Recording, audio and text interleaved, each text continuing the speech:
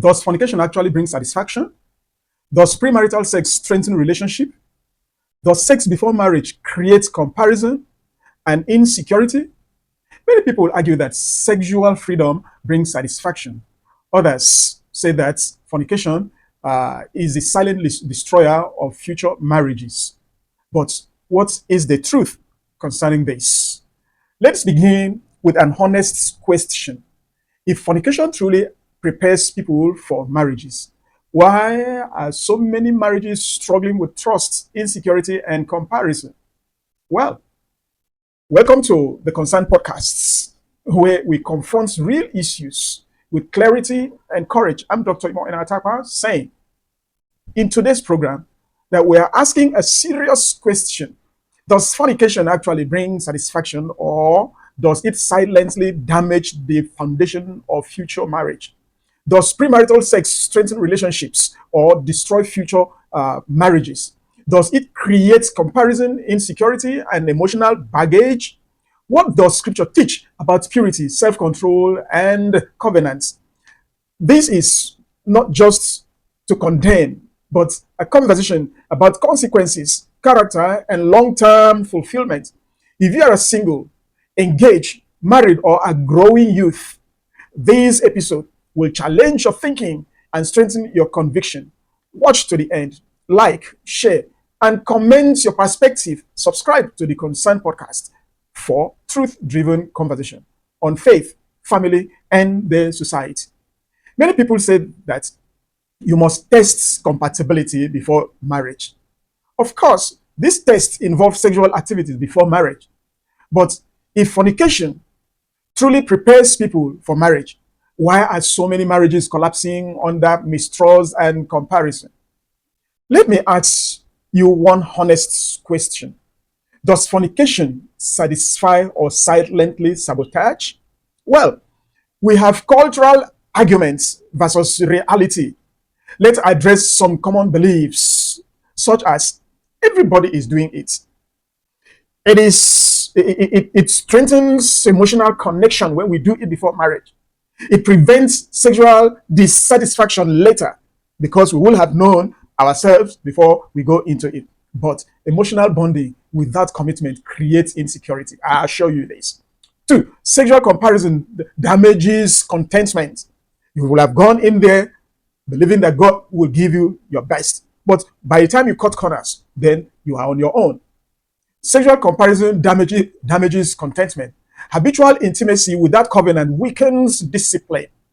So, for this reason, we need to sit down and discuss. Let us be honest. Fornication promises three things. One, pleasure. Two, connection. Three, confidence. Fornication tells young people, one, you must understand yourself better. Two, you will bond deeper. Three, you won't enter marriage ignorant. Well, I have this for you. Here is what you rarely discuss. One, every intimate connection creates memory. And so, if the memory was not proper or right, it lasts long in your subconscious mind.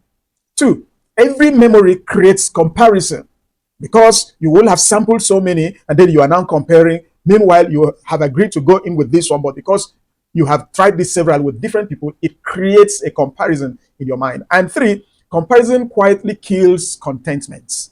That is very, very true.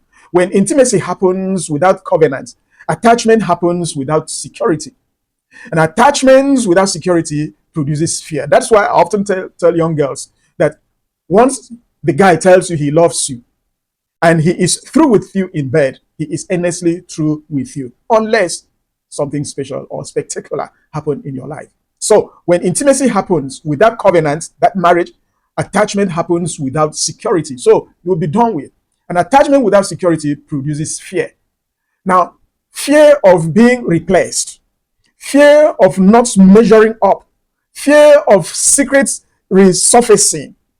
What many call freedom today often becomes insecurity tomorrow. Now, understand me clearly. This is not about putting anyone to shame. This is about protecting something sacred. Marriage thrives on trust. Trust thrives on discipline, and discipline is built before marriage, not after.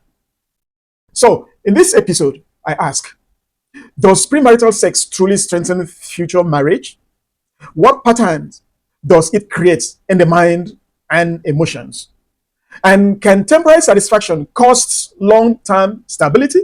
These are things that you need to ponder about, because it might not be what you are actually bargaining for. So, what do we mean here? That temporary satisfaction costs long-term instability. It is about building peace that lasts for years. The truth is, what you practice before marriage often follows you into marriage. Discipline before marriage protects peace in marriage. Dear viewer, are you building satisfaction or you are building regrets? Marriage thrives on trust, not on testing.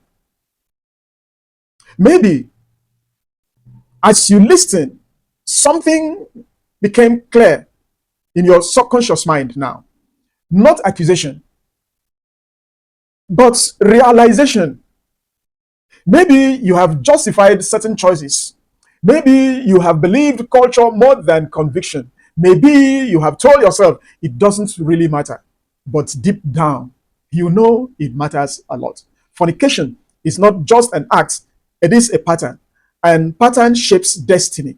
If you desire a marriage built on trust, peace, security, then discipline must start when? Now. Not when you get married. Now. Purity is not weakness. It is strength under control. Self-control is not repression. It is preparation. And if you have made mistakes before, hear this and hear me clearly. Mistakes don't disqualify you, but continuing with that reflection can damage you. Today can be a turning point in your life. You can decide, I will stop normalizing what weakens my future. I will build character before covenant. I will choose discipline over temporary pleasure. You can choose that. You can practice it. Marriage is not built in the wedding ceremony. It is built in the private decision you make while no one is watching you. Satisfaction is temporary. Character is lasting. Choose what lasts, for it will be beneficial to you. This is I Have a Concern on Contemporary Issues of Life. If this message stirred you up, share it with someone who needs clarity, someone who needs to know the truth. Let's build marriages before we enter into them. May God bless you as you like, share, and subscribe to our channel. For those in the diaspora, you are highly welcome.